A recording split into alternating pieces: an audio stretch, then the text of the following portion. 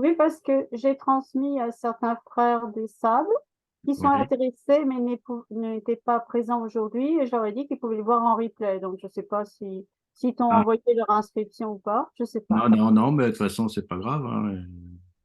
Tu pourrais transférer les liens quand tu l'auras sur WhatsApp. Ah ouais, ok. Voilà. Ouais, parce que j'ai transmis à plusieurs qui m'ont dit être intéressés. Maintenant, je ne sais pas, hein. Mm. Il faut vous inscrire. Non, Et, non, non. On va prier. ok. Seigneur, nous voulons te remercier pour cette soirée que nous pouvons passer ensemble, Seigneur. Merci de... Oui, Seigneur, apprends-nous, Seigneur, chacun, chacune, ce que tu as à nous dire ce soir, Seigneur.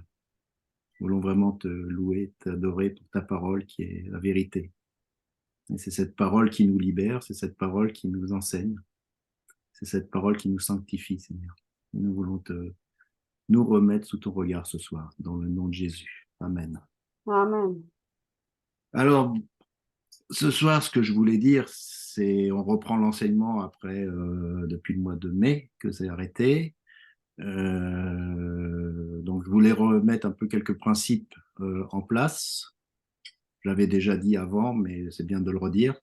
Donc, le premier principe, et je le répète, aucun enseignement n'a la science infuse et aucun enseignement ne peut être parfait. C'est pourquoi je vous invite à ne pas rester passif, mais à rester dans un échange et surtout vérifier dans les Écritures. Ça, c'est un point très important parce que je peux me tromper, je le dis hein, franchement, ou j'ai pas forcément l'enseignement que j'apporte aujourd'hui sera peut-être pas le même que j'apporterai dans 3 ans ou 4 ans parce que on évolue. Enfin, j'espère que vous évoluez. Moi, j'essaye de creuser la parole, j'en découvre tous les jours et bien souvent, je redécouvre des choses qui me font dire que ce que j'avais dit, même à l'église de Persan il y a 10 ans, c'était pas tout à fait juste, quoi. Donc, je vous dis, restez dans la parole et vérifiez dans la parole toute chose qui se dit ici. Voilà, les Juifs de Béret, vous connaissez l'histoire, les Juifs de Béret reçurent la parole avec beaucoup d'empressement et ils examinaient chaque jour les Écritures pour voir si ce qu'on leur disait était exact. Ça, c'est dans Actes 17, 11. Et il est dit aussi, Paul disait, examinez toutes choses et retenez ce qui est bon. Voilà. Donc, c'est vraiment la base de tout enseignement et aussi ben, l'enseignant, hein. Moi, je suis au même niveau que vous. Il y a des choses que je partage, que j'ai reçues et que je me dois de vous partager. C'est pour ça que je reprends les enseignements à titre privé, puisque je me dois de vous partager ce que je reçois. Si on reçoit les choses que pour soi, on verra le tabernacle, justement, on parle de corps. L'Église est un corps et si Dieu nous bénit, si Dieu nous donne des dons, c'est pas pour les garder pour soi. Donc voilà, c'était ce que je voulais dire. Et autre chose que je voulais mettre vraiment la base de l'enseignement, et je voulais le répéter parce que des fois ça porte à confusion, on est sauvé uniquement et on est justifié uniquement par le sang de Jésus, le Messie, et non pas par la loi. Voilà. Je n'ai jamais enseigné le fait que la loi sauvait ou quoi que ce soit. Moi, je dis la justification est uniquement dans Jésus le Messie. Voilà, ça c'était le point essentiel que je voulais partager aussi pour ne pas être dans la confusion. Donc même si je parle de la loi, même si je dis que la loi n'est pas abolie, même si je dis qu'il y a des choses encore dans la loi qui restent d'actualité, la justification et le salut est uniquement dans le sang de Jésus. Voilà, c'était la partie que je voulais faire. Maintenant, on continue l'enseignement. Donc, oui, ce que je voulais dire aussi, c'est que cet enseignement, bah, comme je vous l'avais dit la dernière fois, je parlerai de personnages historiques, de communautés ayant influencé l'histoire de l'Église, les pères de l'Église, les réformateurs, les traducteurs, les religions. Je rapporterai juste des faits, sans aucun jugement de valeur sur ces personnes et sur la connaissance qu'elles avaient à l'époque où elles vivaient, hein. Donc, même si des fois je dis des choses qui ne sont pas flatteuses, je ne sais pas moi à leur époque si je n'aurais pas fait la même chose. Donc, c'est pas du tout un jugement contre ces personnes. Ce qui est arrivé est arrivé. Et il faut savoir regarder l'histoire en face aussi pour être sûr. Voilà. C'est l'histoire de l'Église. Des fois, il y a eu beaucoup d'échecs. C'est dommage, mais bon, voilà. Je ne veux pas dire que ces personnes n'étaient pas sincères, que ces personnes se sont peut-être trompées sincèrement, ou elles ont fait ce qu'elles ont pu, comme chacun d'entre nous. Donc, c'est aucun jugement de valeur, hein. Et certaines fois aussi, l'enseignement que j'apporterai peut bousculer certaines idées chrétiennes que nous prenons pour vraies. Donc, on en avait déjà parlé. Là, je ne suis pas là pour apporter une division de plus, mais pour redonner aux Écritures la priorité sur nos traditions, entre guillemets, parce que tout autant que nous soyons évangéliques, nous aussi, nous avons des traditions. Et je vous l'avais dit, on était formatés. Et notre rôle maintenant, c'est vraiment de laisser la place au Saint-Esprit pour nous déformater et de savoir ce que l'Esprit dit à l'Église maintenant au XXIe siècle. D'autant plus que vous voyez l'information récente, les événements se précipitent en ce qui concerne Israël et en ce qui concerne tout ce qui doit arriver. Donc, laissons la place au Saint-Esprit pour savoir quel est, comme les enfants, les fils d'Isaacar savaient les temps et les moments qu'il fallait pour Israël. Alors, comme promis, à la demande de Moïse, c'est pour ça que je demandais si Moïse était là, parce que je voulais un peu zapper cette partie de l'enseignement d'Exode, qui était la description du tabernacle. Et Moïse, il m'a dit non, non, non, non, il faut continuer de ça, parce que c'était bien, c'était important. Et donc, je continue le tabernacle. Tabernacle, c'est un bien gros mot, hein, c'est très biblique. Je dirais même c'est très évangélique. En fait, tabernacle en hébreu, c'est une tente. Donc, tu prends ta tente et tu vas camper. C'est à peu près la même chose. Sauf que c'est une tente un peu spéciale, puisque c'est une tente de la rencontre. Donc, il y a un Mishkan. En hébreu, c'est la tente de la rencontre ou de la tente qui est dit dans la traduction aussi second, la tente d'assignation. Mais c'est surtout la tente de la rencontre, c'est-à-dire c'est la tente de Dieu. C'est là où Dieu euh, mettait sa présence pour rencontrer le peuple d'Israël et notamment Moïse. Donc c'est un ordre de Dieu, hein, sur la montagne. Moïse n'était pas encore redescendu de la montagne. Et il dit, ils me feront un sanctuaire et j'habiterai au milieu d'eux. Vous ferez le tabernacle et tous ses ustensiles d'après le modèle que je vais te montrer. C'est dans Exode 25, 9. Nos pères avaient au désert le tabernacle du témoignage, donc la tente du témoignage ou la tente de rencontre, comme l'avait ordonné celui qui dit à Moïse de le faire d'après le modèle. Donc ça, c'est dans Acte 7, 44. Savoir que ces choses-là n'ont pas été faites par l'imagination de Moïse. En fait, Moïse a vu un modèle du tabernacle spirituel qui était dans le ciel pour le refaire sur la terre. C'est-à-dire, c'est vraiment ce qui est du tabernacle et tous les objets appartenant au tabernacle. Quand vous lisez dans Exode, même dans Lévitique, c'est des choses qui ont été faites dans le ciel. C'est une image des représentations célestes. Donc voilà, c'est pour ça que c'est très précis. Les dimensions sont très précises. Ça n'a pas été comme ça fait à la va-vite euh, d'après l'imagination de Moïse. C'est surtout une image, une représentation des choses célestes. C'est, comme on dit, l'ombre des choses à venir.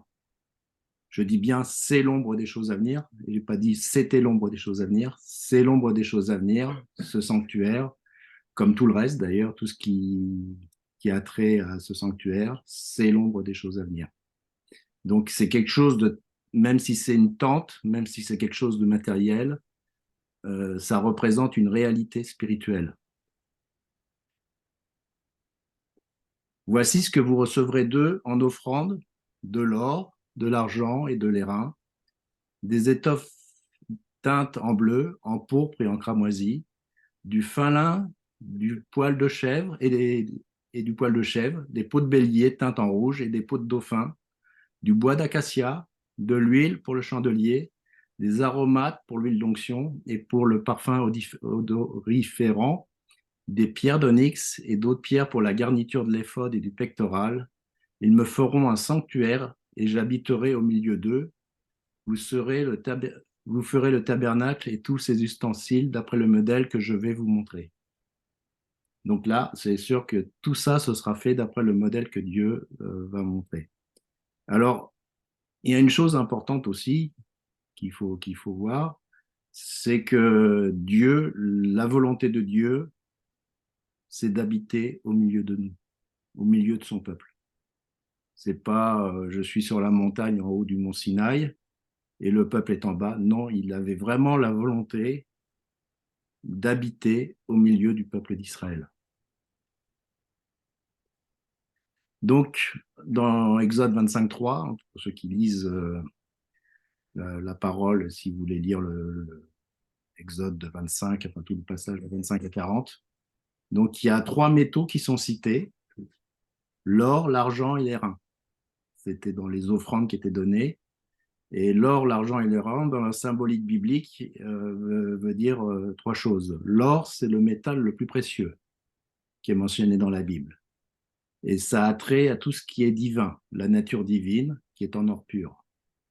Et la justice intrinsèque de Dieu qui est en or aussi. Donc, dès que vous envoyez des choses en or, ça veut dire qu'on est recouvert de la nature divine. L'argent représente la rédemption ou le rachat. Tu recevras des enfants d'Israël l'argent du rachat et tu l'appliqueras au travail de la tente d'assignation. Ce sera pour les enfants d'Israël un souvenir devant l'Éternel pour le rachat de leur personne. Donc le rachat, c'était le rachat des premiers-nés mâles, c'était racheté à prix d'argent. Et les reins, tout ce qui est des reins, représente la justice de Dieu en jugement, c'est-à-dire tout ce qui a trait au jugement de Dieu et ce qui peut nous éviter le jugement de Dieu, c'est en airain. Il y a plusieurs passages dans la Bible, je ne les ai pas cités, mais quand le ciel est d'airain, c'est vraiment que la justice de Dieu va intervenir. Voilà. Donc ça, c'est pour les matériaux. Dans la tente, finalement, il n'y avait pas grand-chose. Il n'y avait que 6 objets, mais c'était des objets principaux. Hein. Donc, dans l'ordre suivant depuis l'entrée, qui était à l'est, dans le parvis. Donc, le parvis, c'est tout le tour de la tente, tout ce qui est autour de la barrière blanche que vous voyez, entouré de draps de lin blanc. Ça, c'est le parvis. Donc, c'était déjà un lieu mis à part par rapport au reste de l'extérieur. Dans le parvis, donc, il y avait 2 choses. Un autel d'airain et une cuve d'airain. Donc, comme je vous ai dit, l'airain avait lieu. C'était quelque chose qui était par rapport au jugement de Dieu. Dans le lieu saint, c'est la première partie de la tente. À droite, vous aviez la table des propositions en or, donc avec les pains qui étaient dessus. On verra ce que c'est. Donc, dans le lieu saint, vous voyez qu'on n'est plus du tout en airain, mais on est en or. On est déjà dans la présence de Dieu, on est déjà dans la divinité. Au fond, il y avait l'autel des parfums en or. Et à gauche, vous avez le chandelier d'or, le chandelier à 7 branches que vous connaissez, qui est le symbole de l'État d'Israël. Et dans le lieu très saint, donc il y avait une séparation entre le lieu saint et le lieu très saint, il y avait un voile. Et dans le lieu très saint, il y avait l'arche de l'Alliance en or aussi. Donc voilà les objets, hein. Il n'y en avait que 6, mais les 6 ont une signification bien précise.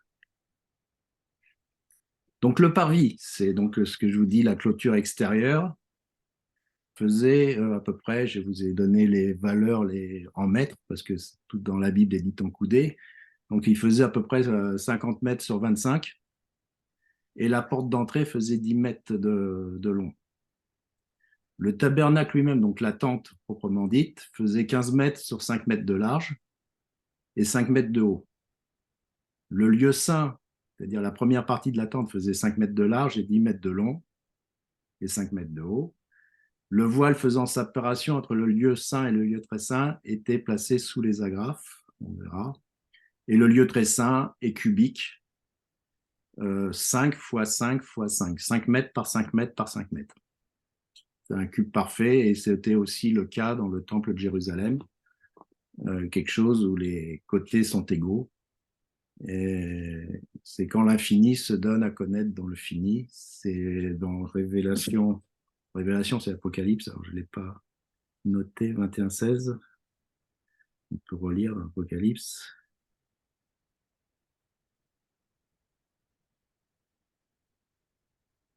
Oui, la Nouvelle Jérusalem, par exemple, dans la description de la Nouvelle Jérusalem, la ville avait la forme d'un carré et sa longueur était égale à sa largeur. Il mesura la ville avec le roseau et la longueur et la largeur et la hauteur en étaient égales.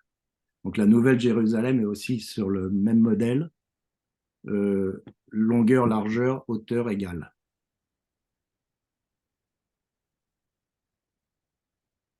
Donc le parvis, je vous ai déjà dit, hein, donc, il faisait 50 mètres sur 25 à peu près, donc c'est toute la clôture extérieure.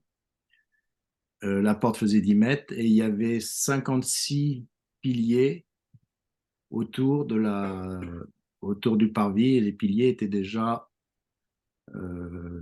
sur des bases en argent. Donc le pied du pilier était reposé sur de l'argent, donc était reposé sur ce qu'on appelle la rédemption, puisque je vous ai dit que c'était le rachat, la rédemption, c'était l'argent. Tous les piliers étaient posés sur la rédemption. Donc à noter que la longueur des tentures est égale à celle des tapis du tabernacle mis bout à bout. Donc c'est vraiment très très bizarre, mais tout est multiple de tout ce qui sert à faire le tour du parvis à la même surface que ce qui sert à couvrir le tabernacle. Et le but de ça, c'est que le témoignage extérieur, c'est-à-dire ce que nous pouvons montrer par notre témoignage extérieur, ne doit pas dépasser la vie intérieure dans le sanctuaire, c'est-à-dire notre témoignage intérieur. Si votre témoignage extérieur dépasse votre témoignage intérieur, c'est que vous en faites trop, dans le sens, vous en rajoutez un petit peu trop. Donc, normalement, notre témoignage extérieur doit être égal à notre vie intérieure. C'est ce que ça voulait dire au niveau du sanctuaire, c'est que tout ce qui était extérieur était égal à ce qu'on avait dans le cœur. Et pas moins non plus, d'ailleurs. Le témoignage extérieur ne doit pas être moins que notre vie intérieure. La hauteur des tentures étant de 2 mètres, 2,5 mètres, donc 2 mètres 50, on ne pouvait pas voir ce qui se passait à l'intérieur du parvis, c'était un peu, il fallait être grand. Donc il était impossible depuis l'extérieur de voir ce qui se passait à l'intérieur du parvis. On apercevait simplement les pots de tessons du tabernacle ou les pots de dauphin, on verra ce que c'est exactement, et la fumée qui montait de l'autel d'airain, ainsi que aussi la gloire de Dieu. S'il y avait la nuée, on verra aussi la nuée qui était au-dessus du tabernacle. Cette enceinte blanche en fin coton, soutenue par ses piliers d'airain, reposée sur des bases d'airain, nous parle en particulier. Alors je vous ai dit une bêtise, c'est l'extérieur n'est pas sur des bases en argent, mais tout est en airain. Tout est sur des bases d'airain puisque c'est au niveau de tout ce qui est extérieur, entre l'extérieur et le parvis, on est encore sous le jugement de Dieu. Je vous ai dit une bêtise en disant que c'était en argent. Non, l'argent, c'est juste à l'intérieur du lieu saint. Excusez-moi pour ce lapsus. Euh, Reposant sur des bases d'airain, nous parle en particulier du fait que la maison de Dieu et son parvis devaient être nettement séparés de toute l'ambiance extérieure. La blancheur des tentures montre qu'il ne devait rentrer dans cette enceinte aucune chose souillée. C'est voir avec la Nouvelle Jérusalem, c'est exactement la même chose. Et la vie pure et sans tache de Christ dans ce monde en coton, donc c'est ce qui représente le coton, qui dans sa marche a répondu pleinement à toute la justice que Dieu exigeait au niveau de l'airain, on verra ce que c'est, du témoignage public extérieur de justice pratique, des croyants fondés sur le jugement d'eux-mêmes et disposés, s'il le faut, à souffrir pour accomplir la volonté de Dieu, et unis en un tout par la rédemption, baguette d'attache en argent. Donc les baguettes qui liaient les piliers étaient par contre, elles, en argent. Donc, dans le parvis proprement dit, donc dans toute cette surface de 10 mètres par 25, il y avait deux objets, l'autel d'airain et la cuve d'airain.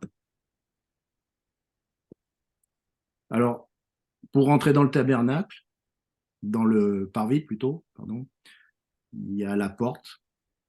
Ça rappelle le passage de Jésus qui dit qu'il est la porte, et si quelqu'un entre par moi, il sera sauvé.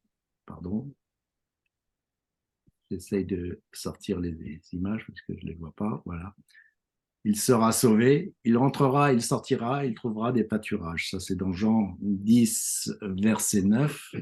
Et il y a une chose assez étrange, je recreuserai parce que je n'ai pas eu le temps de creuser, mais l'évangile de Jean, dans la suite logique de l'évangile de Jean, en fait, c'est les chapitres, c'est la description du tabernacle. En fait, l'évangile de Jean est bâti à peu près sur le même schéma que le tabernacle. Mais ça, je ne peux pas vous en parler de plus parce que je suis en train de creuser ce point-là.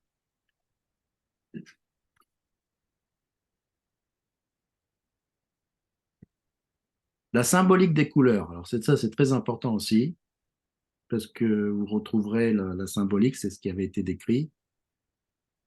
D'abord, le bleu. Un bleu assez foncé. Ça représente celui qui est redescendu du ciel, donc le Fils de Dieu. Ça représente le ciel, les lieux célestes.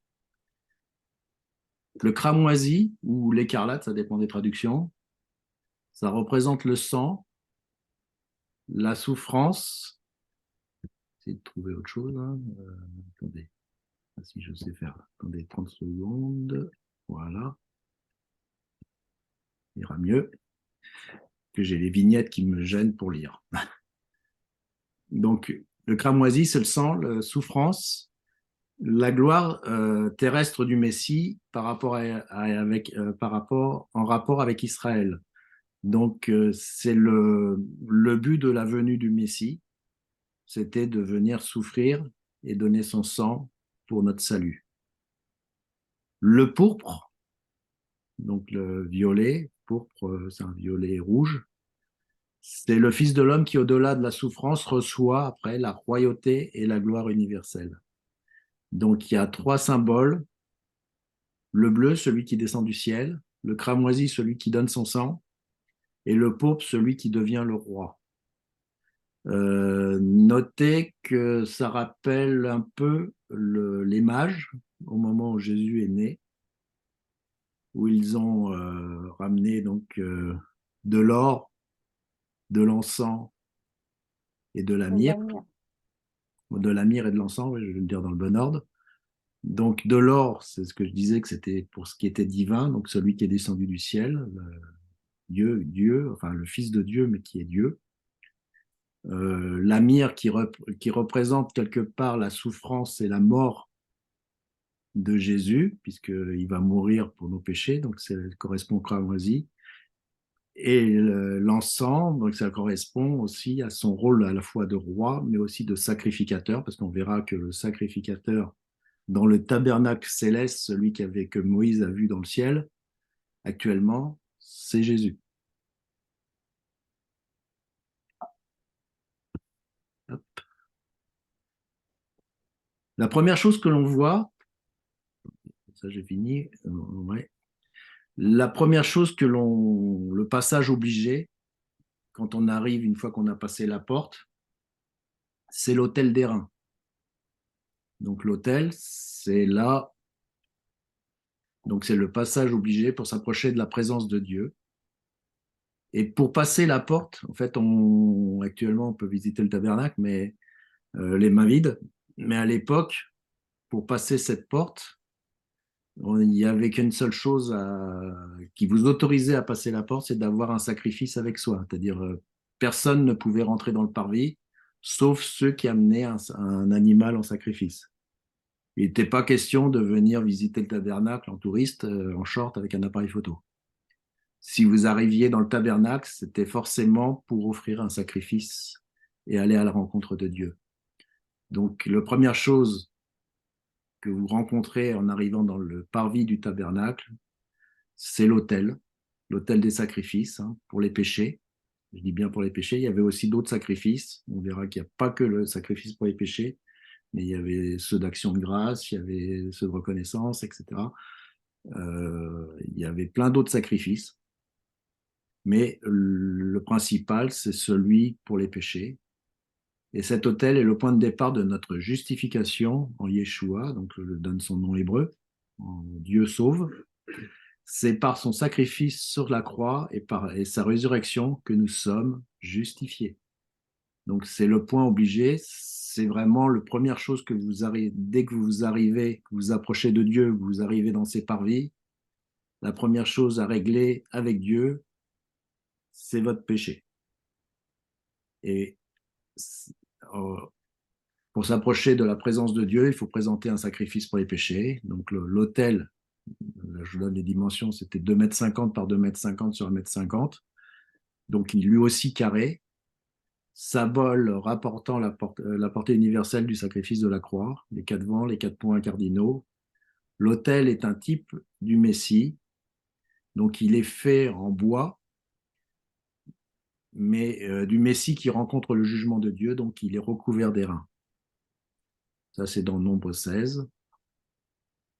Le but essentiel de l'autel était d'être le lieu où on offrait les sacrifices, on répandait le sang qui seul fait expiation pour l'âme. Vous voyez aussi dans Hébreu, donc 9,22, sans effusion de sang, il n'y a pas de rémission, pas de pardon du péché. L'autel nous parle du Messie, les sacrifices nous parlent du Messie, le sacrificateur nous parle du Messie. L'ensemble de ce qui se passait à l'autel nous présente la croix. Donc vraiment, le passage obligé pour chaque croyant, avant toute chose, c'est de passer par la croix et de reconnaître que le sacrifice ultime, c'était celui de Jésus sur la croix pour nous sauver de nos péchés. Et seulement ce passage-là, une fois qu'on a passé ce passage-là, on peut aller plus loin vers le sanctuaire. Sinon, si vous ne passez pas ce passage-là, bah vous restez soit dans le parvis, soit vous ressortez à l'extérieur. Donc le sang aspergé sur les 4 coins de l'autel, vous voyez qu'il y a du sang à peu près sur les 4 coins de l'autel, n'était pas aussi sans rappeler la fête de Pessah qu'on avait vu dans les enseignements précédents, où les Israélites devaient mettre le sang de l'agneau sur les linteaux de leur porte. Là, on mettait le sang du sacrifice sur les 4 coins ou les 4 cornes, ce qu'on appelle les cornes, c'est les pointes aussi qui remontent de l'autel pour servir de témoignage qu'il y a du sang qui a été versé pour nous sauver et nous justifier. Donc c'est la première chose que l'on voit lors de notre entrée dans le parvis, c'est le point de départ de notre marche vers la présence de Dieu. Et il y a un passage dans Romains 12 que vous connaissez tous. Je vous exhorte donc, frères, par les compassions de Dieu, à offrir vos corps comme un sacrifice vivant, saint, agréable à Dieu, qui sera de votre part un culte raisonnable. Ne vous conformez pas au siècle présent, mais soyez transformés par le renouvellement de l'intelligence, afin que vous discerniez quelle est la volonté de Dieu, ce qui est bon et parfait, agréable et parfait. C'est dans Romains 12, au verset 1.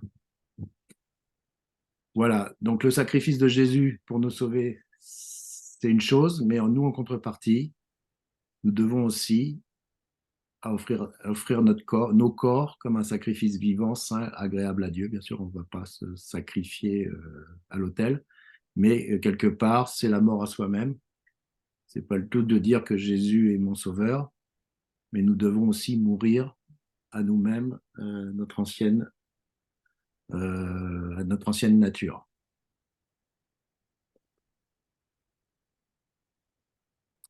Le deuxième objet que vous pouvez voir dans le parvis, c'est la cuve d'airain. Donc cette cuve, elle servait pour les ablutions, enfin le lavage des mains des sacrificateurs, hein. Donc les dimensions, par contre, ne nous ont jamais été données. On ne sait pas quelle taille elle faisait. Elle était entre l'autel et le tabernacle. Elle ne servait pas à offrir des sacrifices, mais à s'y laver. Ce que Aaron et ses fils devaient faire chaque fois qu'ils rentraient dans la tente d'assignation pour qu'ils s'approchaient. ou qu'il s'approchait de l'autel pour offrir un sacrifice. Donc, il n'était pas question de rentrer dans le tabernacle les mains non lavées, il fallait être pur. Et dans Jean 13, le Seigneur Yeshua lui-même nous a montré la signification de la cuve d'airain lors de ce dernier souper avec ses disciples. Il se lève de table et se met à laver leurs pieds.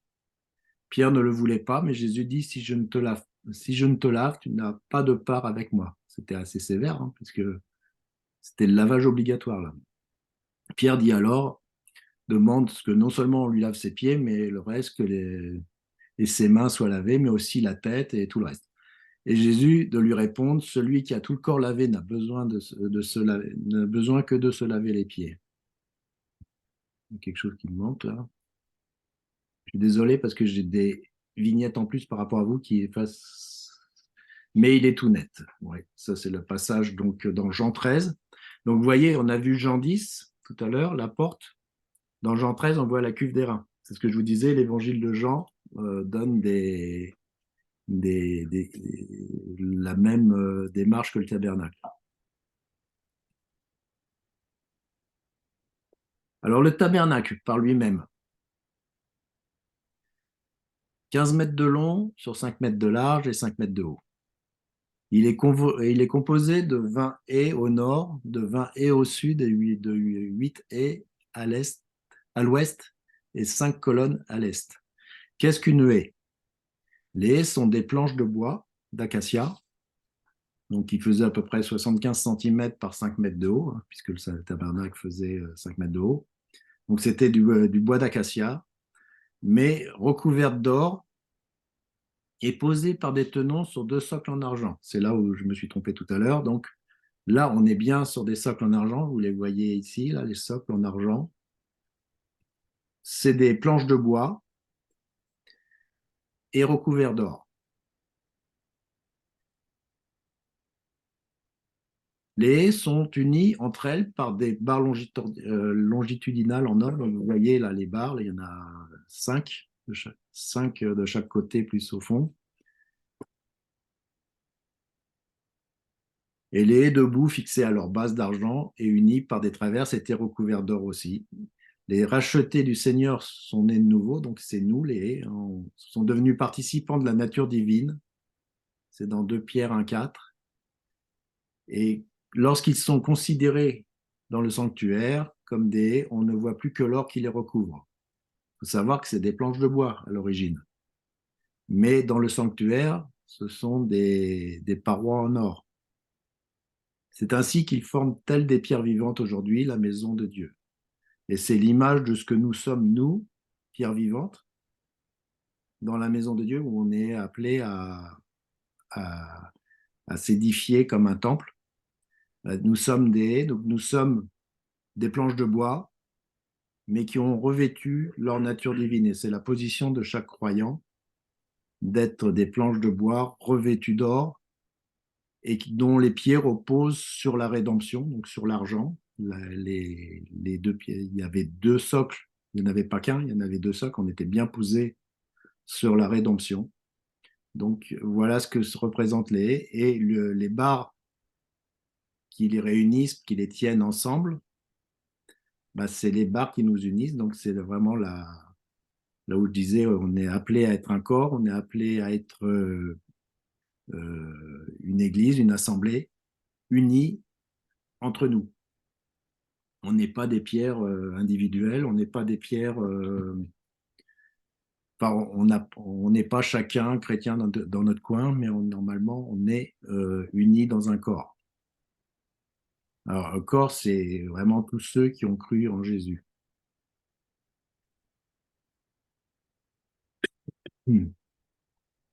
Au-dessus de ces planches de bois, donc, qui étaient donc une construction en dur, il y avait 10 tapis de 2 mètres sur 14 mètres qui forment un ensemble, 10 tapis, donc il y avait des tapis de 2 mètres sur 14 mètres qui se formaient un ensemble de 20 mètres sur 14. Normal, 10 fois 2, ça fait 20. Ces tapis sont faits des mêmes fils que le voile.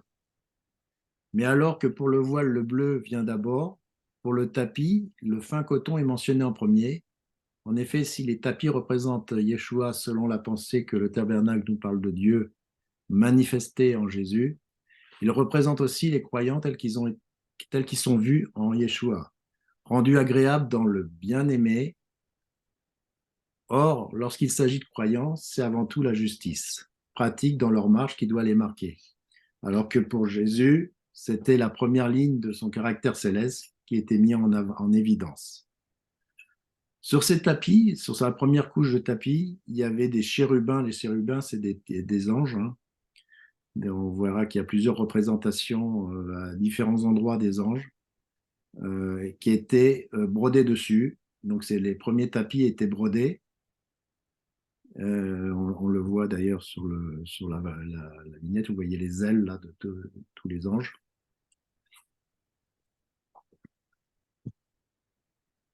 Peut-être que j'ai perdu ma ligne.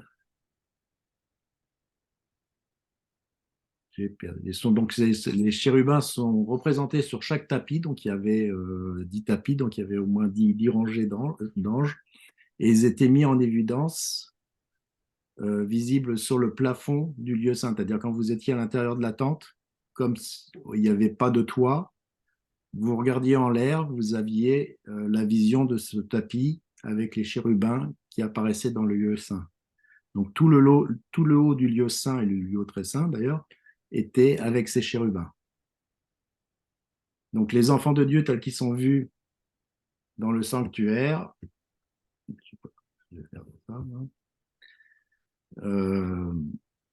comme nous le présente l'épître aux Éphésiens, mais aussi celle aux Colossiens, portent les caractères de Yeshua.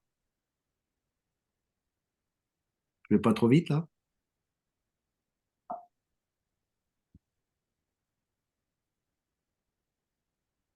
Non. Donc par-dessus cette première couverture bleue avec les anges, il y avait un tapis de poils de chèvre. Donc faisait protection contre toute affluence ou souillure extérieure. Donc il y avait 11 tapis de 2 mètres sur 15 mètres qui formaient un ensemble de 22 mètres sur 15 mètres. Donc il dépassait sur les premiers tapis, donc il couvrait complètement le premier tapis. Le poil de chèvre parle de la séparation pour Dieu. Vous savez que les prophètes avaient souvent des vêtements en poil de chèvre. Non par la sévérité envers les pécheurs, mais sans la séparation, il ne peut y avoir de réalisation des caractères de Yeshua. Donc, ça montre notre séparation de nous et du monde. C'est-à-dire, quand on est dans le sanctuaire, on doit normalement être séparé du monde. Les femmes avaient filé le poil de chèvre. Chaque croyant, même le plus humble, est appelé à réaliser pratiquement cette séparation du monde dans sa vie de tous les jours, dans sa maison, dans son travail, dans son comportement. Si chacun, là où il est placé, file le poil de chèvre, la séparation de la maison de Dieu avec le monde sera réalisée. C'est-à-dire, nous, notre rôle, c'est ce que j'avais dit tout à l'heure, mourir à soi-même, mais aussi de se séparer du monde. Ça s'appelle, c'était l'image de filer le poil de chèvre, justement, c'était de se séparer du monde. Et les tapis de la tente étaient joints par des ganses. Donc, des ganses, c'est des lacets et des agrafes d'airain. Unité des croyants dans la séparation et le jugement du mal. Donc là aussi, il y a une unité entre les tapis. D'ailleurs, les premiers, c'était le premier tapis, je sais pas, je l'ai pas vu, je l'ai passé. C'était des lacets bleus avec des agrafes d'or. Donc tout ce qui était la première couche avec les anges et les chérubins, c'était des lacets bleus avec des agrafes d'or. La deuxième couche, c'est des lacets, je ne sais pas de quelle couleur, et des agrafes d'airain, donc qui parlent du jugement. L'or, c'était Dieu, l'airain, c'est le jugement. Troisième couche, c'est une tente en peau de bélier, de couleur rouge. Donc c'est l'offrande de consécration, c'est le dévouement des rachetés du Seigneur à ses intérêts, à sa maison, produit par la conscience de la consécration complète de Yeshua à Dieu pour les racheter, consécration qui a été jusqu'à la mort, c'est pour ça qu'elles sont teintes en rouge. Si un seul est mort pour tous, tous donc sont morts et qu'il est mort pour tous. afin que ceux qui vivent ne vivent plus pour eux-mêmes, mais pour celui qui est mort et est ressuscité pour eux. Donc encore un nouveau rappel, on ne vit plus pour nous-mêmes, tout au moins on a été racheté, mais on vit pour Dieu dans l'unité. Marcher dans l'amour à l'exemple du Messie qui nous a aimés, qui s'est livré lui-même à Dieu pour nous comme une offrande de sacrifice de bonne odeur. La séparation extérieure sans dévouement intérieur de cœur au Seigneur conduit au légalisme et à sa propre justice. C'est-à-dire on peut être, si on n'a pas, on s'est dit, je parlais de séparation tout à l'heure avec le poil de chèvre, si on n'a que le poil de chèvre mais qu'on n'a pas aussi le dévouement et la consécration, on devient légaliste, c'est-à-dire on se sépare du monde, mais on devient très vite religieux. Il faut se séparer du monde et aussi se consacrer et faire un cœur à cœur avec Jésus pour savoir ce que Dieu attend de nous. Voilà ce que représente la peau de bélier et aussi la représentation rouge du sacrifice de Yeshua. Et la dernière couche, c'est une tente en peau de dauphin, point d'interrogation. Parce que le mot en hébreu, tarash, voilà ce que c'est dit en hébreu, est assez mystérieux. Il désigne plusieurs choses, soit un animal marin, donc Second avait traduit par dauphin, mais ça peut être des peaux de poisson, alors je ne sais pas comment on peut faire des peaux de poisson, des dugons c'est une sorte de gros phoque, enfin je ne sais pas, c'est une sorte d'animal marin aussi, une sorte de baleine, ou bien de phoque. Donc il y a quelque chose qui a trait à l'univers marin, mais bon, il y a la peau de taison aussi, tessons, qui sont aussi traduites comme ça, qui est en fait des blaireaux, peau de blaireau, ou simplement du cuir de couleur bleu foncé ou violette. Ça peut désigner une couleur, un cuir de couleur. Alors bon, il y a beaucoup de gens qui passent du temps là-dessus. Je sais qu'il y a une bataille de théologiens, hein, il faut au moins ça depuis des siècles, qui se demandent ce que veut dire vraiment le terme tarash en hébreu. Peau de dauphin dans le désert du Sinaï, ça court pas les rues. Bien qu'on puisse penser que comme ils avaient amené plein de choses d'Égypte, il pouvait y en avoir en Égypte, ils avaient pu l'amener d'Égypte. Mais bon, c'est pour un tabernacle dans le désert, l'animal marin est quelque chose un peu bizarre, d'autant plus que le dauphin, tout comme le phoque et tout comme le dugon, sont des animaux impurs, comme le blaireau d'ailleurs. Et on n'est pas sûr que l'animal impur couvre le tabernacle. Ça, c'est une question aussi. Alors, il y a des pour, il y a des contre, mais on n'est pas sûr de ça. Par contre, la couleur bleu foncé ou violette serait plus plausible parce que même Second, avant 1910, dans sa première traduction de la Bible, il avait traduit comme ça, il avait du cuir de couleur bleue. Donc c'est en 1910 quand a été révisé qu'ils ont passé ça en peau de dauphin. Donc on ne sait pas ce que c'était cette peau, si c'était du cuir de couleur, mais cette peau en tout cas était étanche et protégeait tous les autres des intempéries et des poussières des sables et des sables extérieurs. Il faut savoir que dans le désert du Sinaï, il pleut des fois. Et quand il pleut, il pleut. C'est pas de la petite pluie. Et il y a aussi des tempêtes de sable. Donc, il fallait protéger le tabernacle par quelque chose qui était assez étanche et résistant. Donc, cette peau-là avait cette fonction-là. Et elle a cette fonction en image. C'est aussi celle qui résiste à la tentation. C'est notre résistance aussi extérieure des attaques extérieures de l'ennemi.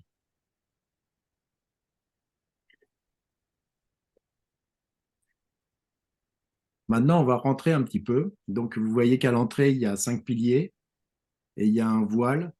Donc, le voile d'entrée dans le lieu saint, ils ont les mêmes couleurs que la porte du parvis.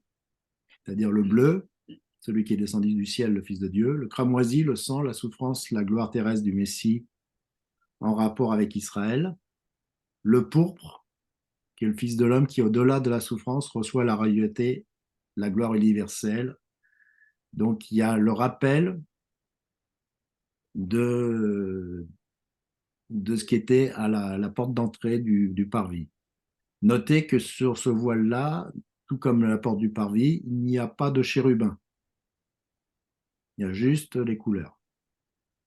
Seuls les sacrificateurs pouvaient entrer dans le lieu saint. Il était interdit à quiconque qui n'était pas sacrificateur ou lévite de rentrer dans le lieu saint. Mais vous savez que dans l'Apocalypse, il est dit une chose, à celui qui nous aime et qui nous a délivrés de nos péchés par son sang, et qui a fait de nous un royaume, des sacrificateurs pour Dieu son Père. Ça veut dire que si nous sommes passés par l'autel d'airain et que nous sommes passés aussi par la cuve d'airain, qui est quelque part aussi le symbole du baptême, de la purification par l'eau, mais le baptême, nous pouvons entrer dans le lieu saint. Le lieu saint, c'est notre vie intérieure avec Dieu. C'est notre vie de prière, c'est notre cœur. C'est là où Dieu nous rencontre, en fait. Alors, on rentre dans le lieu saint. Le lieu saint, vous voyez comment c'était assez sombre, hein, puisqu'il n'y avait qu'une lumière qui était celle de la menorah, celle du chandelier. Et donc, dans ce lieu saint, à l'intérieur, tout était en or. Tous les objets sont en or. Parce qu'on est déjà devant la présence de Dieu. On n'est pas entièrement en présence de Dieu, mais on est déjà devant la présence de Dieu, devant le voile de séparation. Donc, à gauche, vous avez la menorah, ou le chandelier à 7 branches. À droite, vous avez la table avec les 12 pains de proposition. Et au fond, vous avez l'autel des parfums, qui est devant le voile de séparation. Donc, le voile de séparation, vous le voyez aussi, là, il a les mêmes couleurs, il est bleu, pourpre et rouge. Et on verra un peu plus en détail ce qu'il veut dire. Le chandelier à 7 branches, menorah.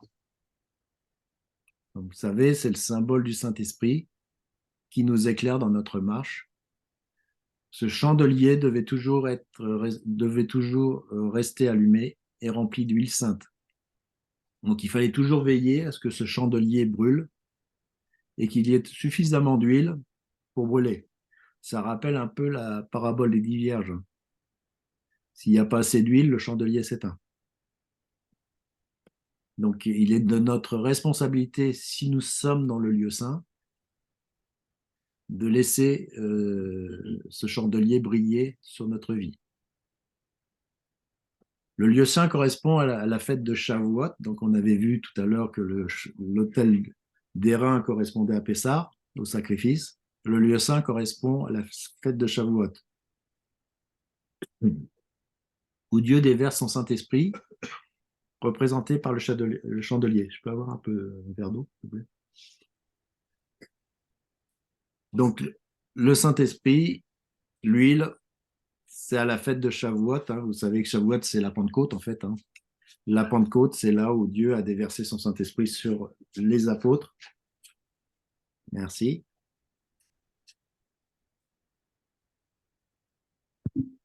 Donc, c'est la base aussi de toute marche de vie chrétienne.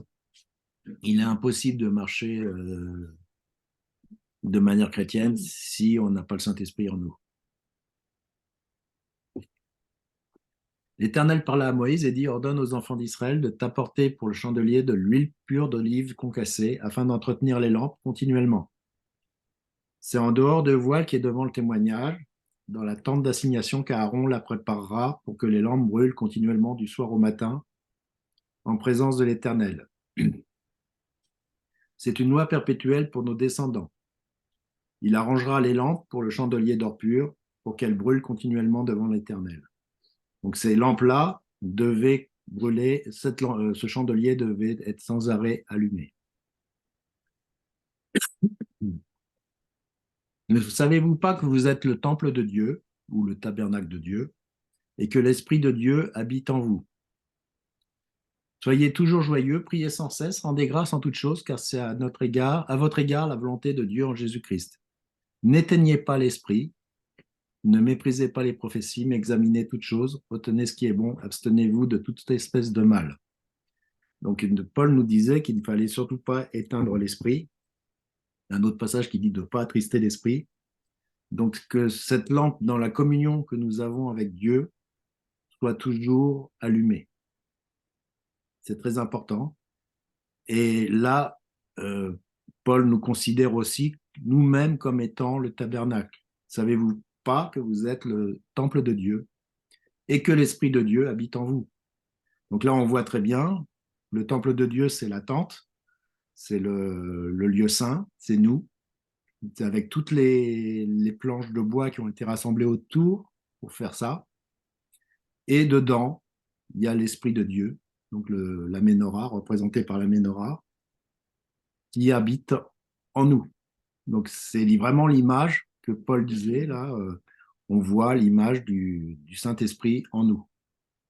Et c'était la même chose, le Saint-Esprit dans le lieu saint du tabernacle. Un passage que vous connaissez, c'est Samuel, quand il était petit. Le jeune Samuel était au service de l'Éternel devant Élie. La parole de l'Éternel était rare en ce temps-là. Les visions n'étaient pas fréquentes. Et en ce même temps, Élie, qui commençait à avoir les yeux troubles et ne pouvait plus voir, était couché à sa place. La lampe de Dieu n'était pas encore éteinte. Et Samuel était couché dans le tabernacle de l'Éternel, c'était pas dans le temple de l'Éternel parce qu'il n'existait pas encore, dans le tabernacle de l'Éternel où était l'arche de Dieu. Alors l'Éternel appela Samuel. Le petit gamin, en fait, il dormait dans le lieu saint. Ce qui est un grand privilège, enfin, il était consacré à l'Éternel, hein, mais il dormait dans le lieu saint. La lampe de Dieu n'était pas encore éteinte, ça veut dire qu'il y avait quand même un problème en Israël à cette époque-là, c'est que la parole de l'Éternel était rare et les visions n'étaient pas fréquentes et la lampe de Dieu était sur le point de s'éteindre. Elle n'était pas encore éteinte, mais elle était sur le point de s'éteindre. Et là, je vois ici, n'éteignez pas l'esprit, et il est dit la même chose. Ne méprisez pas les prophéties et abstenez-vous de toute espèce de mal. Donc là, dans l'état où était Israël, c'est que les prophéties n'étaient pas fréquentes, les visions n'étaient pas fréquentes. Hein. Et en fait, le peuple se tournait vers le mal et la lampe de Dieu était sur le point de s'éteindre. Mais Dieu a appelé Samuel comme prophète. Hein, vous savez ce que Samuel a fait, donc après.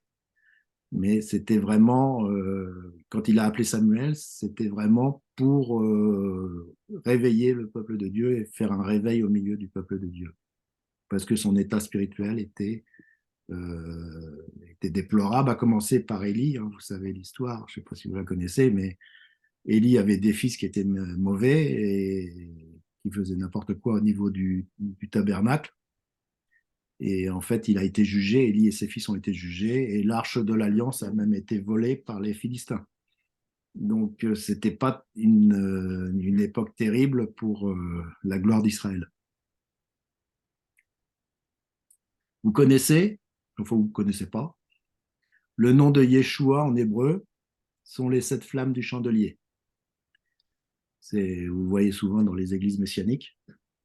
Donc, le nom, les flammes qui sont sur le nom hébreu de Jésus sont les 7 flammes du chandelier. Donc, c'est le Saint-Esprit, mais c'est aussi le Fils de Dieu.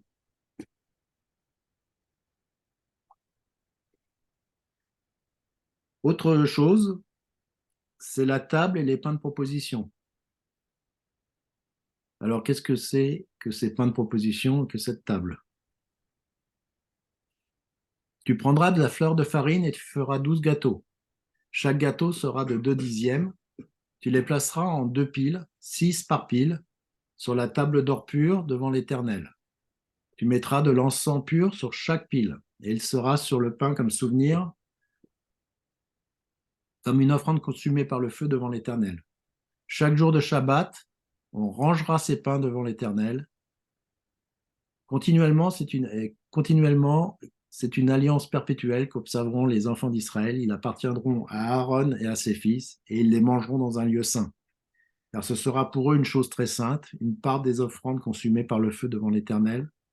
C'est une loi perpétuelle. Donc, 12 pains qui sont faits, qui sont posés sur 2 piles de 6 avec de l'encens pur sur chaque pain. Les 12 pains, vous l'avez compris, sont les 12 tribus d'Israël. Et l'encens, c'est que c'est des tribus consacrées, donc qui sont vraiment consacrées à Dieu. Et c'était un témoignage qui devait perdurer. Et donc, ce pain était remplacé à chaque Shabbat. Tous les Shabbats, on prenait le pain, on le changeait, on mettait du pain frais. Et le pain de la semaine précédente, on le donnait au sacrificateur, à Aaron et ses fils, pour qu'ils le mangent.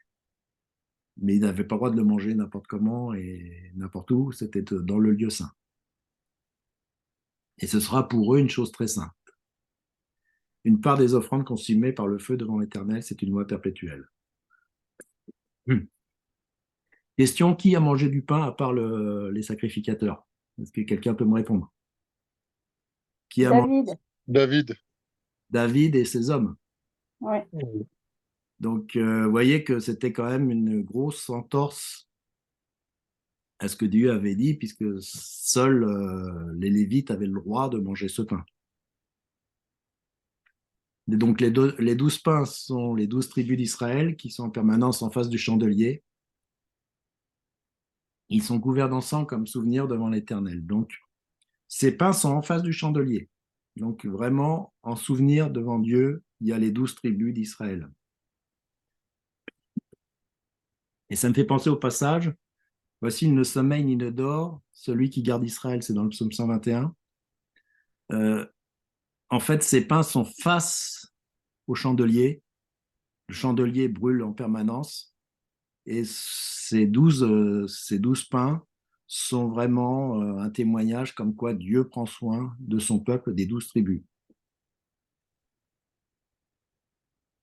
Donc là, comme vous l'avez répondu brillamment, nous sommes abstenus de femmes depuis 3 jours, que je suis parti et tous mes gens sont purs. D'ailleurs, si c'est là un acte profane, il sera certainement aujourd'hui sanctifié par celui qui en sera l'instrument. Alors le sacrificateur lui donna à David du pain consacré, car il n'y avait là d'autre pain que du pain de proposition qu'on avait ôté de devant l'Éternel pour le remplacer par du pain chaud au moment où on l'avait pris. Donc David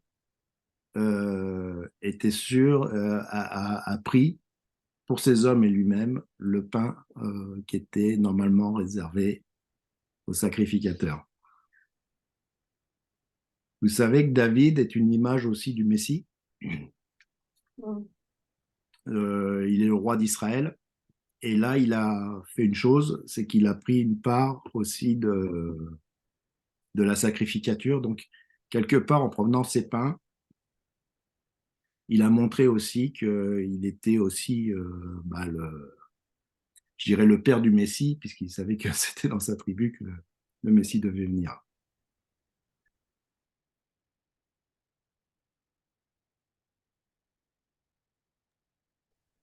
Voilà, donc David est une image du Messie.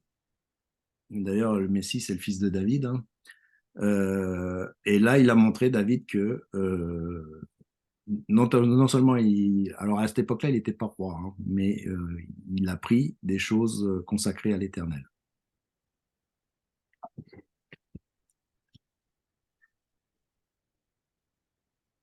Donc, on a vu donc à gauche le chandelier, à droite en face les pains de proposition. Alors, pour les pains de proposition aussi, on pourrait dire que c'est l'image aussi de Jésus qui est le pain de vie. Il y en a qui voient l'image de la Sainte Seine aussi, mais là, c'est un peu plus aléatoire, cette image-là. Mais bon, on peut aussi le prendre.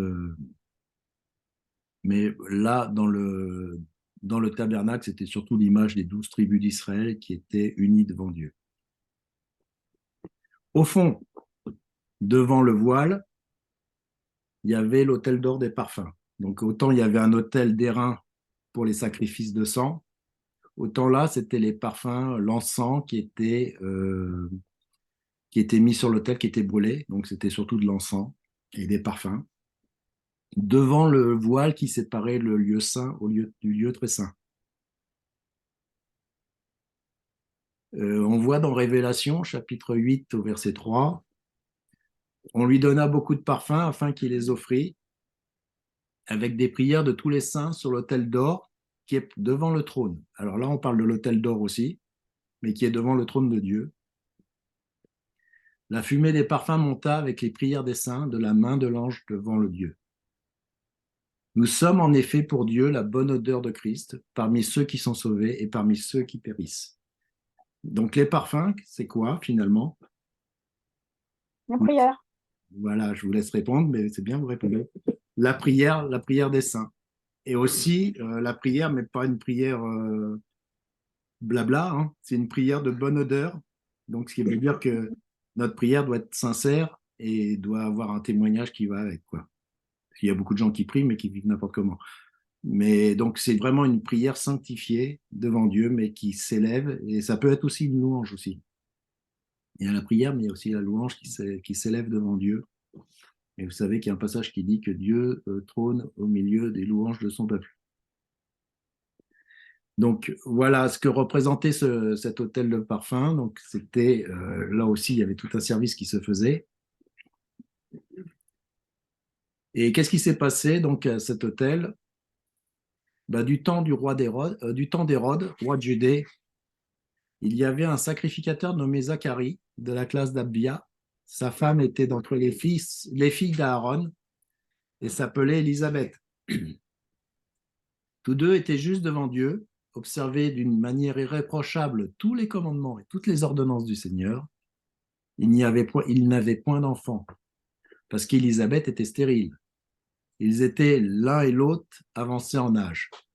Or, pendant qu'il s'acquittait de ses fonctions devant Dieu, selon le tour de sa classe, il fut appelé par le sort, d'après la règle du sacerdoce, à entrer dans le temple du Seigneur pour offrir le parfum. Donc vraiment offrir du parfum à cet autel-là. Alors un ange du Seigneur apparut à Zacharie et se tint debout à droite de l'autel des parfums. Donc vous voyez un ange qui apparaît à droite et qui lui dit qu'il aura un fils qu'il appellera Jean-Baptiste. Donc c'est à cet endroit-là que ça se passe, bon, pas dans le tabernacle, puisque à cette époque-là, c'était dans le temple de Jérusalem, mais il faut savoir que le temple de Jérusalem, à quelques dimensions près, était sur le même schéma. Donc l'autel des parfums était, et c'est là où le père de Jean-Baptiste a vu l'ange qui lui a annoncé que Jean serait le précurseur, serait celui qui est l'Élie, qui allait préparer la venue du Messie. Le voile de séparation, donc il y a l'autel des parfums, derrière il y a le voile de séparation du Saint des Saints, donc du lieu très saint. Donc il reprend les trois couleurs, bleu, cramoisi, pourpre, mais sur ce voile sont brodés les deux chérubins qui gardent l'arbre de vie d'Éden, qui est la présence de Dieu. On voit dans Genèse 3, 23, c'est ainsi qu'il chassa Adam et il y mit à l'orient du jardin d'Éden des chérubins qui agitent une épée flamboyante pour garder le chemin de l'arbre de vie. Genèse 3. Alors, ça rappelle là que c'est interdiction d'aller plus loin. Si vous allez plus loin, vous rentrez dans l'arbre de vie, enfin vous rentrez dans le jardin d'Éden et vous rentrez, vous avez accès à l'arbre de vie. Notez que ces chérubins, donc vous avez vu que l'entrée du tabernacle, la porte du tabernacle et le voile est orienté vers l'est aussi. D'ailleurs, c'est de là que vient le mot orienté en français. Ah oui, Orient. On est orienté, donc on est tourné vers l'Orient. Et ça vient de ça vient du tabernacle, ça vient du temple de Jérusalem. Le temple de Jérusalem a sa porte non pas sur la vieille ville, mais sur le mont des Oliviers qui est à l'orient de Jérusalem. C'est parce que la porte d'entrée du jardin d'Éden est à l'orient, puisque les hommes ont été chassés à l'orient du jardin d'Éden. Et c'est là que sont les chérubins qui gardent le jardin. Donc, orienté, et vous savez que les églises en France sont orientées, mais comme on ne fait jamais les choses comme les Juifs, on l'a plutôt occidenté. C'est-à-dire, on a orienté le cœur de l'église, ce qu'on appelle le cœur, c'est là où il y a le tabernacle, justement, la petite flamme qui brûle, enfin pour ceux qui ont été catholiques, mais la porte est toujours vers l'ouest, quasiment. Sauf exception, les églises ont toujours les portes vers l'ouest, alors qu'elles devraient l'avoir vers l'est. Mais bon, voilà. Donc, orienté, sachez que ça vient de là. Le voile de séparation, donc les sacrificateurs qui font le service entrent en tout temps dans la première partie du tabernacle, tous les jours, puisqu'ils doivent s'occuper du chandelier, ils doivent offrir des parfums. Mais dans la seconde, le souverain sacrificateur seul entre une fois par an, non sans y porter du sang qu'il offre pour lui-même et pour les péchés du peuple. Le Saint-Esprit montrait par là que le chemin du lieu très saint n'était pas encore ouvert tant que le premier tabernacle subsistait. Cette chose-là était fermée, quoi. Il n'y avait pas d'interdiction d'aller plus loin. Mais le Messie est venu comme souverain sacrificateur des biens à venir. Il a traversé le tabernacle plus grand et plus parfait qui n'est pas construit de main d'homme. Donc là, c'est vraiment le tabernacle qui est dans le ciel.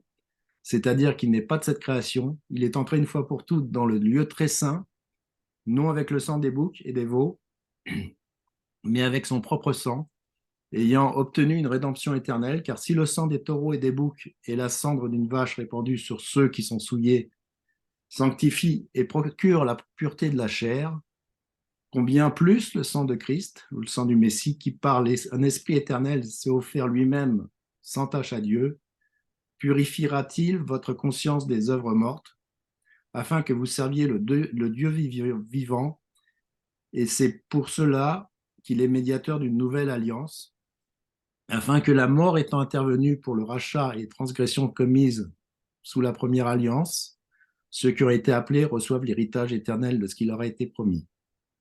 Et c'est là où il y a un changement d'alliance. Le sacerdoce lévitique a été remplacé par le sacerdoce, je dirais, messianique de la tribu de Juda de Jésus. Jusqu'à présent, le grand sacrificateur était de la tribu de Lévi, c'était les descendants d'Aaron. Quand le Messie est venu comme souverain sacrificateur des biens à venir, il a traversé, donc lui s'est offert non plus par son propre corps, il s'est offert lui-même pour remplacer tous les sacrifices d'animaux pour le péché, le sang des boucs et des veaux.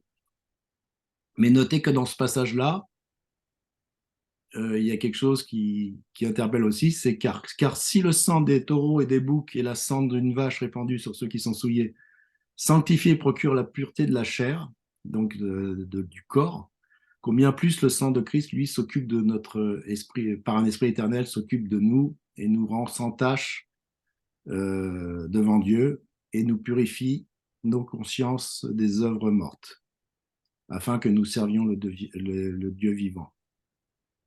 Donc là, clairement, les sacrifices ont été mis de côté parce que Jésus a tout accompli sur la croix. Il s'est sacrifié une fois pour toutes. Et donc, c'est là où, en fait, qu'il y a eu un changement de sacerdoce, et je ne dirais pas un changement d'alliance, il y a eu vraiment un changement de sacerdoce, mais que l'alliance reste la même, c'est-à-dire avant, c'était le sang des taureaux et des boucs qui faisait ça, mais il fallait y revenir tous les ans à Yom Kippour. Là, avec le sacrifice de Jésus, c'est une fois pour toutes, et il n'y a plus à y revenir. Mais Jésus, ayant poussé un grand cri, expira, et le voile du temple se déchira en deux, depuis le haut jusqu'en bas. Donc le symbole de ça, c'était vraiment au moment où Jésus s'est sacrifié, a fait le sacrifice, le voile du temple s'est déchiré. Et ce n'est pas les hommes qui l'ont déchiré, vous notez que le détail, c'est depuis le haut jusqu'en bas. Donc, si ça avait été des hommes, ça aurait été de bas en haut. Là, c'est de haut en bas. Donc, ça veut dire que c'est Dieu qui déchire lui-même le voile de séparation. Ça veut dire que par son sacrifice, on peut, avant, c'était interdit d'aller dans le jardin d'Éden, interdit d'aller en présence de Dieu. Après le sacrifice de Jésus, on a un libre accès dans le lieu très saint.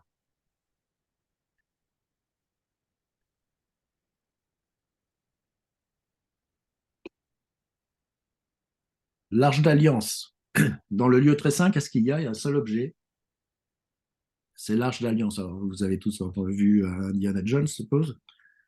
Donc, vous savez ce que c'est que l'Arche de l'Alliance? C'est un petit coffre. Il est pas très long, hein. Il fait 1 mètre de long, 75 cm de large et 75 cm de haut. C'est pas très grand. Il est fait de bois de cytime et d'or pur. Alors que pour les planches, les haies qui étaient autour du tabernacle, il n'est pas dit or pur, mais là, pour l'Arche de l'Alliance, c'est de l'or pur. Elle est un type de la personne de Yeshua, la parole faite chair. Et l'arche est le premier objet placé devant nos yeux dans ce chapitre d'Exode 37, quand il parle des objets, il commence par l'Arche de l'Alliance. Il ne commence pas par autre chose, il commence par l'Arche de l'Alliance. Et ça notamment parce que la personne de Christ doit avoir la première place dans nos affections, au psaume 132. Nous voyons quelle importance l'arche avait pour David. Il est remarquable que ce psaume soit suivi du psaume 133, où il est bon et agréable pour des frères d'habiter unis ensemble. Il faut d'abord le centre pour que le rassemblement se réalise. Donc, pour David, l'arche de l'Alliance, c'était dans le psaume 32, il y est parlé, si vous lisez le psaume 32, il parle de l'arche de l'Alliance, et vous savez que David a dansé, a ramené l'arche de l'Alliance à Jérusalem, et il a dansé devant à tel point que sa femme l'a méprisé. Vous connaissez ce passage-là. David avait vraiment compris que l'arche de l'Alliance était aussi l'image du Messie à venir. Et qu'autour de cette arche, vous pouvez avoir une communion fraternelle et que c'était vraiment le centre de tout. On ne pouvait voir l'arche de Dieu que dans le lieu très saint. Donc maintenant, l'accès nous en est ouvert aujourd'hui, mais c'est toujours avec la plus grande révérence que nous y accédons. Nous sommes dans la présence de Dieu. Dieu manifesté en chair, l'humanité parfaite. Donc l'arche était faite de bois aussi, de bois de cytime, et de la divinité, de l'or. Donc il y avait du bois et de l'or, ce qui représente l'humanité de Jésus et la divinité de Jésus. Toujours représenté dans la parole merveilleusement unie en une seule personne, Yeshua, tel que nous le révèlent les évangiles. Il faut savoir que pour avoir voulu regarder dans l'arche, des hommes de Beth Shemesh sont morts. C'est dans 1 Samuel 6, 10. Pour avoir touché l'arche, Uza fut frappé aussi par le feu du ciel. Donc, c'est vraiment cette arche d'alliance, c'était vraiment la concrétisation matérielle de la présence de Dieu. Qu'est-ce qu'il y avait dans l'arche de l'Alliance? Vous savez, donc il y avait l'étape de la loi, les 10 paroles. Il y avait une cruche en or contenant un homère. Un homère, c'est une mesure de manne, parce que la mesure on l'avait vu dans le désert, que les Israélites devaient prendre. Ils ne devaient pas en prendre plus et ils ne devaient pas en prendre moins. C'était un homère par personne. Donc là, il y avait vraiment une cruche, un vase en or avec un homère de manne pour servir de témoignage. Et il y avait aussi le bâton fleuri d'Aaron. Cet épisode où il y avait une contestation sur l'autorité d'Aaron. Et donc Moïse a demandé à tous les anciens d'Israël d'amener leur bâton et que seul le bâton qui fleurirait serait celui qui aurait l'autorité. Donc l'étape de la loi, le Messie n'a jamais transgressé la Torah vu qu'il enferme en lui-même la Torah, c'est-à-dire dans Matthieu 5, hein, il a dit qu'il n'était pas venu pour abolir la loi, mais pour pleinement l'accomplir. Une cruche d'or contenant un omer de manne, c'est le pain de vie venu du ciel. Quelque part, on l'avait vu aussi que c'était Jésus.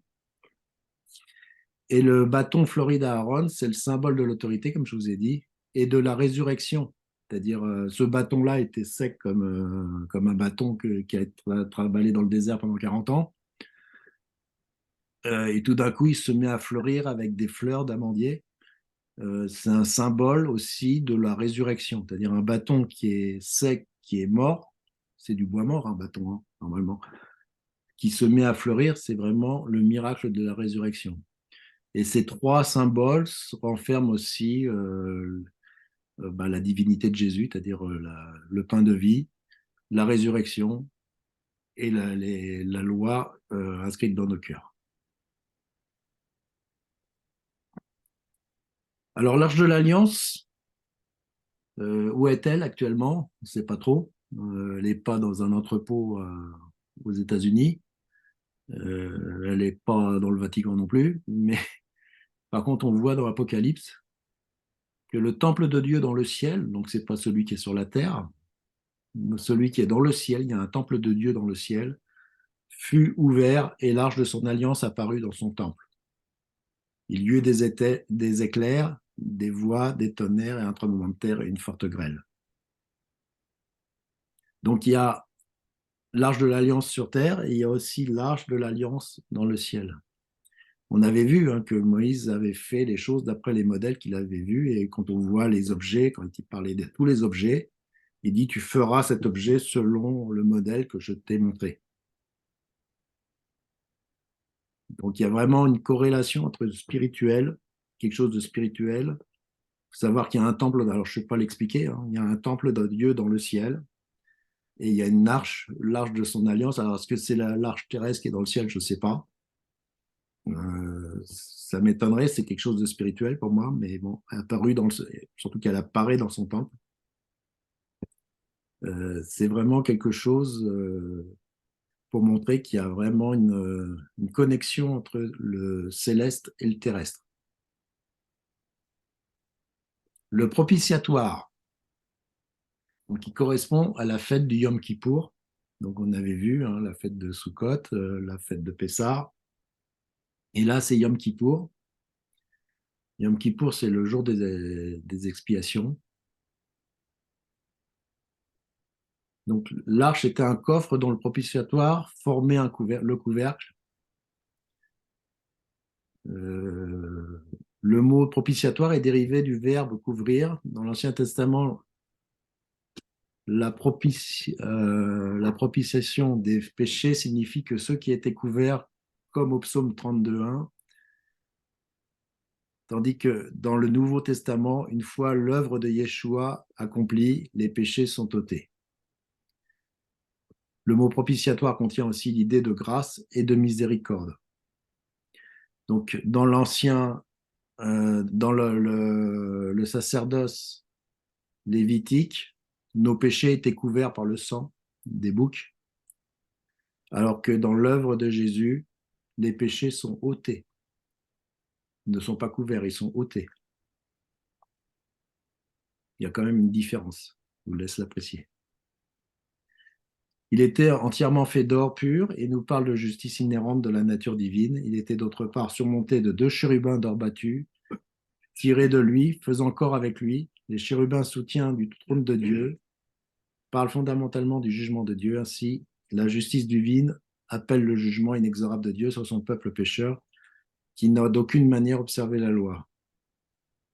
Mais les chérubins et le propitiatoire étaient placés sur l'arche, comme pour dire sur Yeshua, qui lui a pleinement accompli la volonté de Dieu. Sur le propitiatoire se trouvait le sang de la victime que le sacrificateur y avait apporté au grand jour des propitiations, c'est-à-dire au jour du Yom Kippour. Les chérubins n'ayant pas une épée comme en Éden, mais au contraire les ailes pour protéger et leur face vis-à-vis l'une de l'autre étaient toujours tournées vers le propitiatoire, elles regardaient le sang. L'ensemble, l'arche, le propitiatoire et les chérubins est devenu ainsi non pas le trône de Dieu en jugement, mais le trône de la grâce. Tout nous parle de Yeshua et de son œuvre. Nous y voyons d'une façon frappante et profonde comment il a été pleinement répondu à la justice et à l'amour de Dieu. Le trône de la grâce est fondé sur l'obéissance du Messie jusqu'à la mort. C'est là que je me montrerai à toi du haut du propitiatoire entre les deux chérubins placés sur l'arche du témoignage. Je te donnerai tous mes ordres pour les enfants d'Israël. Ça, c'est Dieu qui parle à Moïse. Lorsque Moïse entrait dans la tente d'assignation pour parler avec l'Éternel, il entendait la voix qui lui parlait du haut du propitiatoire, placé sur l'arche du témoignage entre les deux chérubins, et il parlait avec l'Éternel. Vous avez entendu parler de la Shrina en hébreu, c'est la gloire de Dieu. Donc entre les deux anges, au milieu des ailes des anges, il y avait une lumière qui était la gloire de Dieu. Et quand Dieu parlait, on ne pouvait pas la voir en face. Et c'est là que Dieu parlait à Moïse. À cet endroit-là, c'était vraiment une image du trône de Dieu aussi. Au-dessus du tabernacle, vous connaissez, hein, vous avez la nuée, c'est celle qui avait dirigé le peuple d'Israël dans le désert.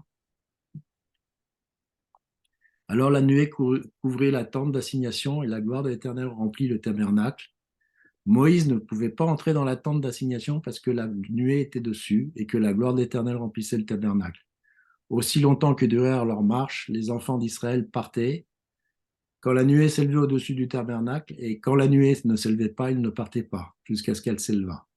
La nuée de l'Éternel était de jour sur le tabernacle, et de nuit il y avait un feu aux yeux de toute la maison d'Israël pendant toute leur marche. Donc, un peu comme au début, au-dessus du tabernacle, il y avait cette colonne de fumée ou cette colonne de feu, et quand cette colonne s'élevait, il fallait partir et il fallait bouger.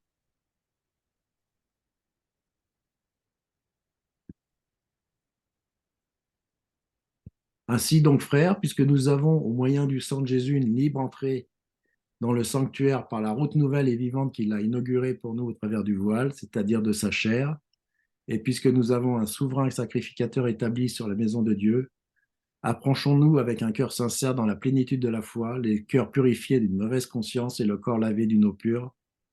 Retenons fermement la profession de notre espérance, car celui qui a fait la promesse est fidèle.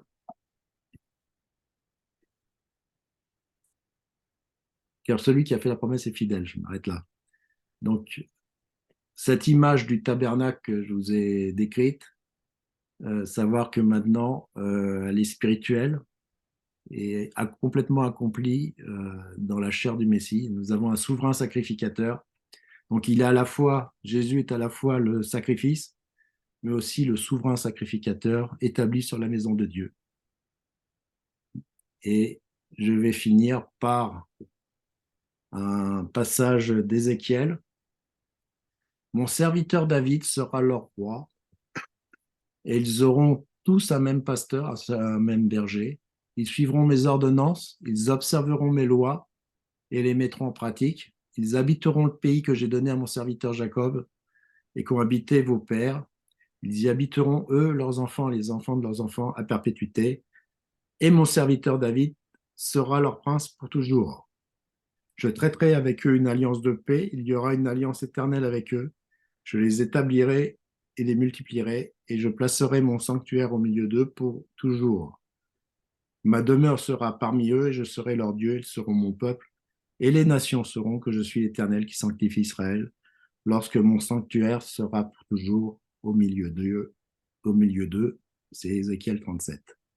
Et on va s'arrêter là, j'ai dépassé l'heure, ouais, même largement dépassé l'heure. Mais bon, j'ai préféré le faire une seule fois, parce qu'il y avait pas mal de choses à dire.